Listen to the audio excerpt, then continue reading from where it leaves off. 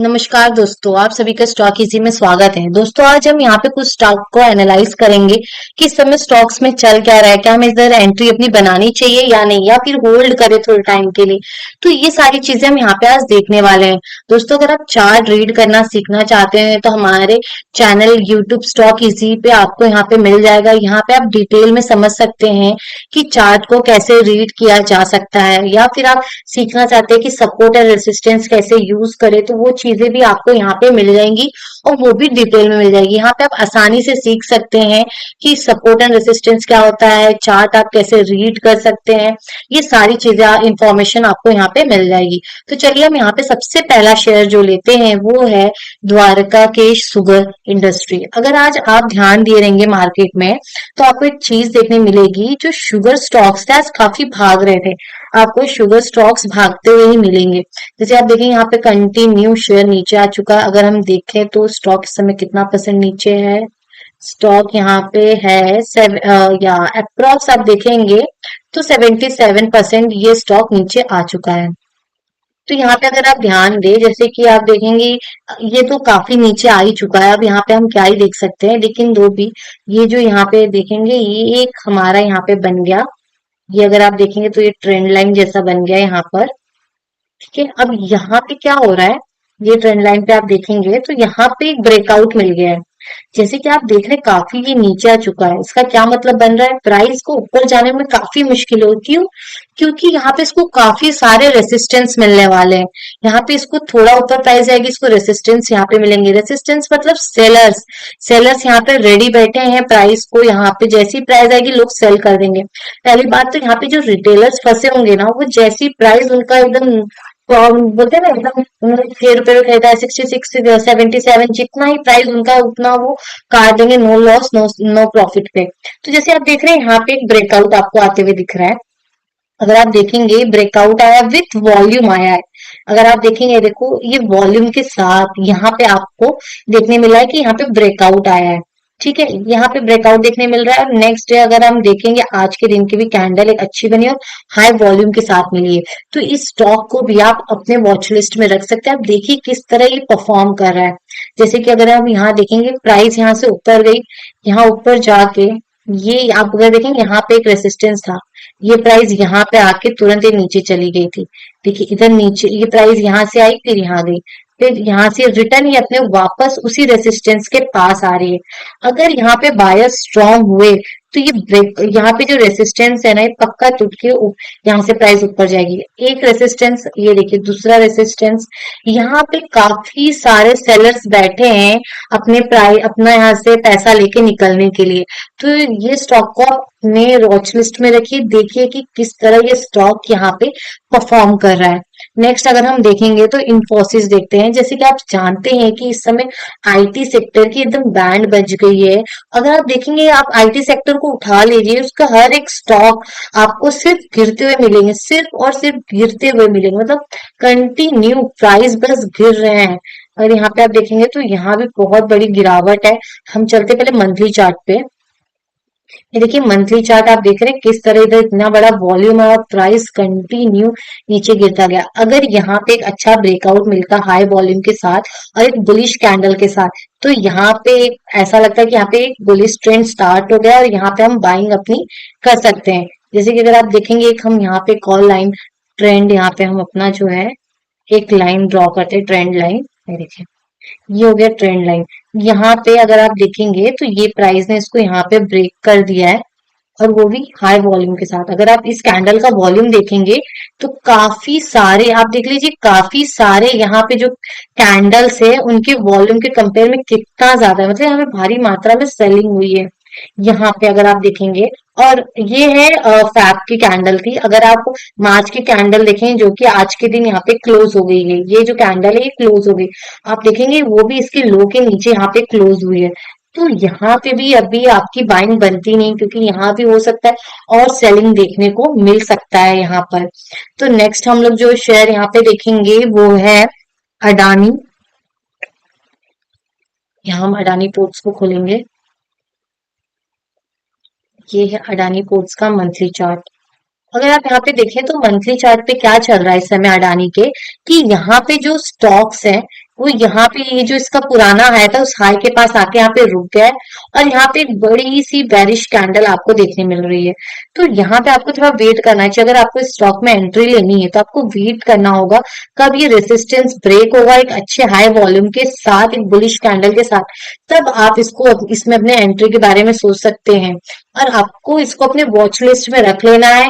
जब ये शेयर में आपको क्या करना है, जो भी स्टॉक्स आपको लगते हैं कि इसमें ब्रेकआउट आ सकता है, इसमें मेरी एंट्री बन सकती है, उसको अपने वॉच लिस्ट में रख लीजिए। उसको देखिए किस तरह परफॉर्म कर रहा है। जो आपकी स्ट्रैटेजी है, क्या वो स्ट्रैटेजी वहां पे आपकी चल पाएगी। आपको पहले ये भी चीज देखना चाहिए कि हिस्ट्री में क्या ऐसा कोई पैटर्न फॉर्म हुआ था इस शेयर के चार्ट में, तो क्या वो चीज यहाँ पे वर्कआउट हुई थी या नहीं। ये भी चीजें देखने के लिए ये भी देखना चाहिए आपको। ये सारी चीजें फॉलो करोगे तभी आपकी एक अच्छी स्ट्रैटेजी बन सकती है। इधर हम इंडस टावर पे आ गए। अगर आप इंडस टावर के शेयर को देखेंगे तो आप देख सकते हैं काफी समय से ये शेयर फंसा हुआ है। यहाँ पे देखेंगे, जैसे हमने इसके अपने पिछले वीडियो में बात किया था इंडस टावर के बारे में, कि यहाँ पे ये जो हेड एंड शोल्डर फॉर्म हुआ है, आप देखेंगे किस तरह यहाँ पे इसको ब्रेकआउट नहीं मिल रहा है। एक अच्छी कैंडल के साथ, अच्छी बुलिश कैंडल, इसको यहाँ पे ब्रेकआउट नहीं मिल रहा है। जब तक यहाँ पे एक अच्छी बुलिश कैंडल के साथ ब्रेकआउट नहीं मिलेगा तब तक इसमें एंट्री लेने का कोई मतलब नहीं है, क्योंकि ये एक फेज में ही फंसा हुआ। आप देखिए बहुत ये यहाँ पे अगर आप ऐसे लाइन अगर ड्रॉ कर देंगे तो कंपनी काफी समय से यहाँ पे फंस गया है। वो यहाँ से इसका शेयर आगे बढ़ ही नहीं पा रहा है। आप देखिए इस फेज में किस तरह फंसा है। लेकिन अगर आप इसको डिटेल में समझना चाहते हैं कंपनी में क्या चल रहा है, इसको फंडामेंटली समझना चाहते हैं, तो हमारे यहाँ स्टॉक इजी पे आप इसको देख सकते हैं। इसकी वीडियो यहाँ आप डिटेल में इसको समझ जाएंगे। इसका रिसर्च रिपोर्ट हमारे वेबसाइट पे अवेलेबल है, वहां भी जाके आप पढ़ सकते हैं। और रिसर्च रिपोर्ट वो है, वो हिंदी में अवेलेबल है। आप इजिली समझ जाएंगे कंपनी में क्या चल रहा है, उसके रेशियोज क्या बोलना चाहते हैं, उनका फाइनेंशियल जो स्टेटमेंट वो कितना उसके अंदर स्ट्रेंथ है। नेक्स्ट हम यहाँ पे बात करेंगे जीएसटीएल के बारे में, गुजरात स्टेट। ओके, अब यहाँ पे देखिए इसके हम मंथली चार्ट पे हैं। मंथली चार्ट में आपको क्या देखने मिल रहा है, ये मार्च की कैंडल है। ये है मार्च की कैंडल। और आप देख सकते हैं जिस तरह से आप जानते हैं काफी ज्यादा ये सेक्टर में प्रॉब्लम चल ही रही है। तो ये एकदम सीधी सी बात है कि इसमें तो आपको ये चीज देखने को ही मिलेगी कि किस तरह यहाँ पे एकदम बैरिश एकदम कैंडल देखने मिल रहा है और इसमें अभी गिरावट है। आगे क्या हो सकता है उस चीज के लिए स्टॉक को आप अपने वॉच लिस्ट में रख लीजिए कि किस तरह ये चीजों को टैकल कर पा रही कंपनी इस चीज के लिए। अगर हम लोग यहाँ पे एक और कंपनी देखेंगे, Gillette company, Gillette India limited. अगर हम जिलेट इंडिया लिमिटेड कंपनी को यहाँ पे देखें तो आपको देखने मिलेगा कि यहाँ पे कंपनी में आपको देखने मिलेगा किस तरह यहाँ पे बड़ा सा बैरिश कैंडल फॉर्म हो गया है और वो भी यहाँ पे उसने अपने लो को ब्रेक किया हुआ है। देखो यहाँ पे देखिए, और इसने जो इसकी पिछली कैंडल है ना, ये बैरिश कैंडल, इसके वॉल्यूम के कंपेयर में इस कैंडल का वॉल्यूम काफी ज्यादा है और इसने यहाँ पे एक ब्रेकआउट दे दिया हुआ है। थोड़ा हमें वेट करना होगा, देखना होगा क्या इसके लो के नीचे जाके ये शेयर ट्रेड करता है या नहीं। ये चीजें हमें देखनी होगी और हम इसको यहाँ पे इसको अपने वॉच लिस्ट में रख लेंगे कि कंपनी किस तरह यहाँ पे परफॉर्म कर रही है। नेक्स्ट हम देखेंगे कॉनकोर। अगर यहाँ पे आप कॉनकोर को देखेंगे तो आपको यहाँ पे सेम चीज देखने मिलेगी, किस तरह यहाँ पे ये शेयर कंटिन्यू गिरता जा रहा है। मंथली चार्ट में भी आपको सेम परफॉर्मेंस देखने मिलेगी कि कंपनी का शेयर कंटिन्यू गिरता जा रहा है। ये जो इसके पिछले अगर यहाँ पे मैं एक लाइन ड्रॉ कर दूं तो आपको देखने मिलेगा ये इसका एक सपोर्ट था। ये यहाँ पे प्राइस आती थी और ये इसको सपोर्ट लेके रिटर्न यहीं पे ट्रेड करके ये ऊपर चली गई। फिर ये जो ये सपोर्ट था यहाँ पे काफी स्ट्रांग था, लेकिन ये महीने में कॉनकोर के शेयर ने ये सपोर्ट को यहाँ पे क्या किया, ब्रेक कर दिया है। इसके नीचे जाके सपोर्ट जो लेवल था उसके नीचे जाके क्लोजिंग दी, वो भी एक हाई वॉल्यूम के साथ। ठीक है, अगर हम एक और देखते हैं डॉक्टर रेड्डी।